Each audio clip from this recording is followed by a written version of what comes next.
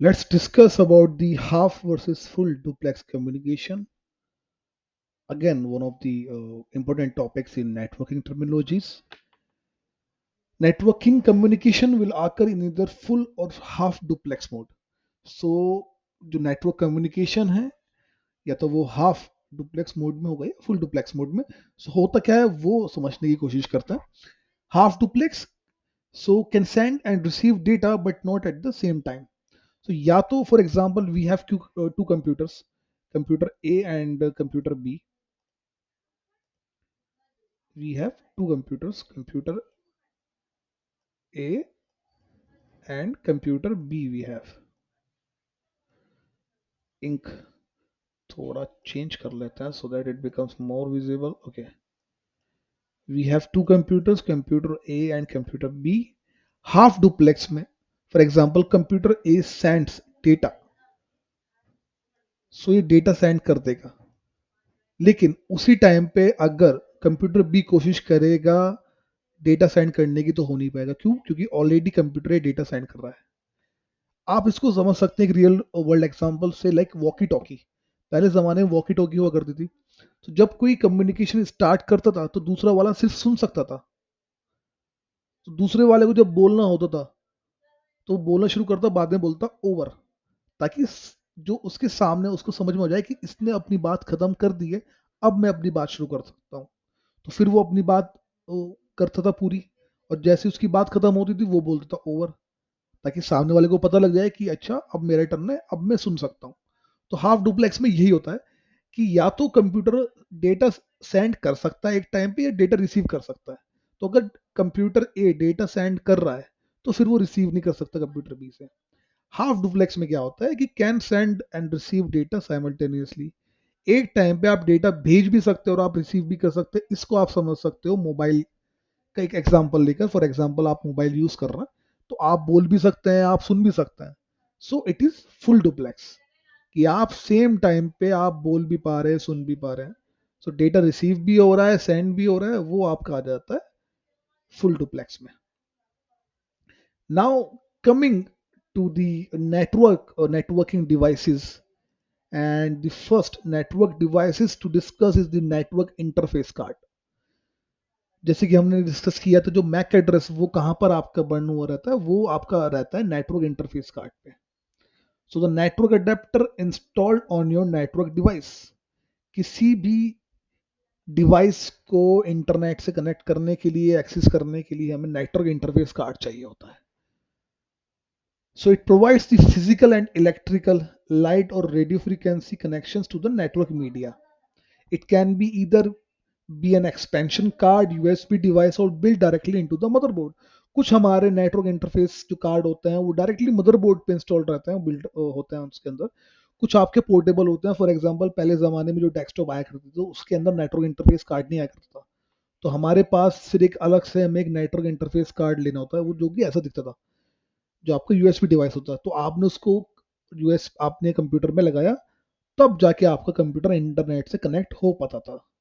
So network interface card किसी भी आपका शेप में आ सकता है. लाइक इट कैन बी इधर an expansion card, USB device, और it can be like built directly into the motherboard. Hubs, interview के नजरिए से अगर हम देखा जाए तो कुछ बहुत जरूरी जो टॉपिक्स होते हैं उनमें से आपका एक हब भी आता है. हब, स्विच एंड राउटर बहुत इंपॉर्टेंट टॉपिक है. इसका नोट्स आप बनाएं और इंटरव्यू में पक्का इसके बारे में आपसे क्वेश्चंस पूछे जाने वाले हैं, रिगार्डलेस ऑफ योर एक्सपीरियंस. आप फ्रेशर हैं, 1 ईयर का एक्सपीरियंस है, 2 ईयर्स का है, ये क्वेश्चन मेरी नज़र में बहुत ज़रूरी है और ये पूछा जाता है. और इसमें एक आपका difference between hub, switch and router पूछा जाता है. तो उसको डिफरेंस को बताने के लिए आपको बहुत ज़रूरी है कि आप इन आगे वाली जो स्लाइड्स हैं उन पे ध्यान दें एंड समझने की कोशिश करें कि दरअसल होता क्या है, डिफरेंस क्या होता है और एक्चुअल में वर्किंग क्या होती है हब्स की. सो अगर हम बात करें, so hub is use to connect devices together with in a network. हमारे पास 2 3 4 जितने भी डिवाइसेस, अगर हम उन्हें आपस में कम्युनिकेशन करानी तो हमें उन्हें किसी न किसी डिवाइस से कनेक्ट करना पड़ेगा. So hub is such device to connect different devices together, used in early networks, replaced by switches. पहले यूज होते थे हब्स, लेकिन अब इनको रिप्लेस करते हैं स्विचेस में। आज भी हब यूज होते हैं। अगर आप गूगल की बात करें तो गूगल के जो डेटा सेंटर है वहां पे अब भी हब यूज होते हैं, लेकिन पहले के मुकाबले में हब की जो यूसेज है वो बहुत कम हो गई है, और इसको अब रिप्लेस करते हैं स्विचेस में। और एक क्वेश्चन जो जरूरी है, जो इंटरव्यू के पॉइंट ऑफ व्यू से आप याद रखें, hub works on the OSI layer 1। So ये क्वेश्चन पूछा जा सकता है कि on which layer of OSI model hubs work. So you have to say OSI layer 1। Much less efficient than a switch, legacy equipment no longer use. अब ज्यादा use नहीं होता, या आप कह दीजिए ना के बराबर यूज होता है, and it's less efficient than a switch. होता क्या है, for example we have a hub, computer 1 wants to send the data to computer 4. Now computer 1, computer 2, computer 3, computer 4, सारे कंप्यूटर्स आपके कनेक्टेड हैं हब से। कंप्यूटर 1 को डेटा सेंड करना है कंप्यूटर 4 को, कंप्यूटर 1 ने डेटा भेजा हब को। अब हब जैसे कि हम जानते हैं कि ये डम्ब नेटवर्क डिवाइस है, तो हब को नहीं पता कि जो उससे कनेक्टेड डिवाइसेस हैं उनमें से 2 कौन सा है, 3 कौन सा है, 4 कौन सा है। हब क्या करता है, हब के पास जब डेटा आता है सेंड करने के लिए, तो हब ने डेटा रिसीव कर लिया, और जितने बचे हुए ये डिवाइसेस होते हैं सबको डेटा भेजता है कि आप चेक कर लो भाई कि ये डेटा आप में से किसके लिए है। So whenever hub receives the data to send it broadcast, वो सब जितने भी डिवाइस कनेक्ट हैं सबके पास भेजता है कि आप में से जिसका डेटा है आप उसको रिसीव कर लो। सो कंप्यूटर 1 ने डेटा भेजा हब को, हब ने ब्रॉडकास्ट सबको कर दिया, इसलिए इसको बोलते हैं डम नेटवर्क डिवाइस।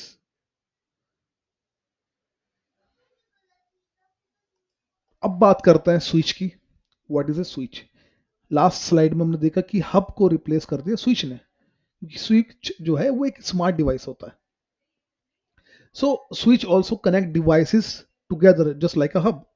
आप देख सकते हैं यहाँ पे एक आपका स्विच है, and 4 computers are connected to a switch.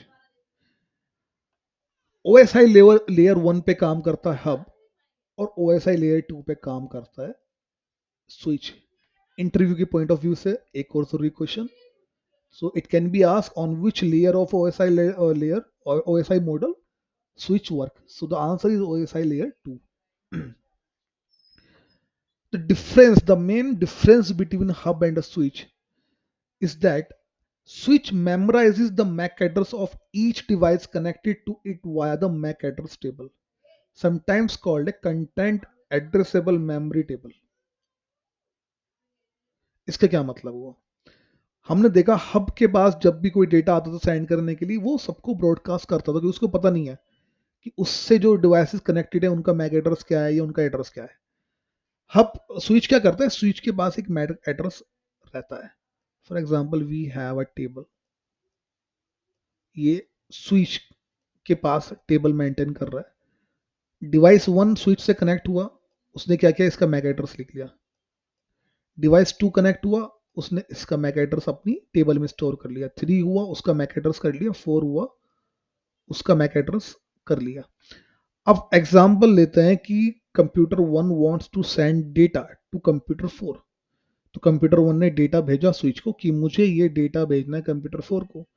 अब स्विच जो कि एक टेबल मेंटेन कर रहा है, उसको पता है कंप्यूटर 4 का मैक एड्रेस क्या है, ये मैक एड्रेस है। उसने अपनी टेबल से उसका मैक एड्रेस स्विच किया, फैच किया, उसको मैक एड्रेस मिल दिया। अब उसको पता है कि किस जगह कंप्यूटर 4 कनेक्टेड है, वो डेटा डायरेक्टली कंप्यूटर 4 को भेज पाएगा। हब में क्या होता था, हब में वो सारे ही डिवाइसेस जो उससे कनेक्टेड है सबको डेटा ब्रॉडकास्ट करता था कि जिसका डेटा है वो रिसीव कर ले।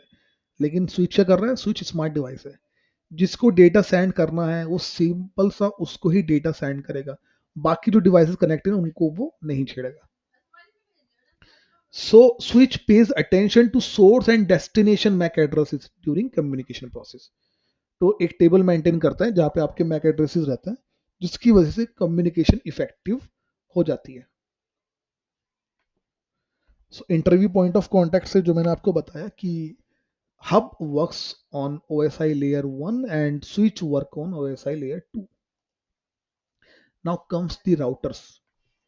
सो हब आपने देख लिया, स्विच आपने देख लिया, and now we have one of the most important topic, which is router.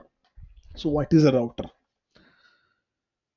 A router is also used to connect devices, and most like important work is that it connects different networks together. Switch connects devices in a network, and router connects device in different networks. And also it routes traffic between networks using IP addresses.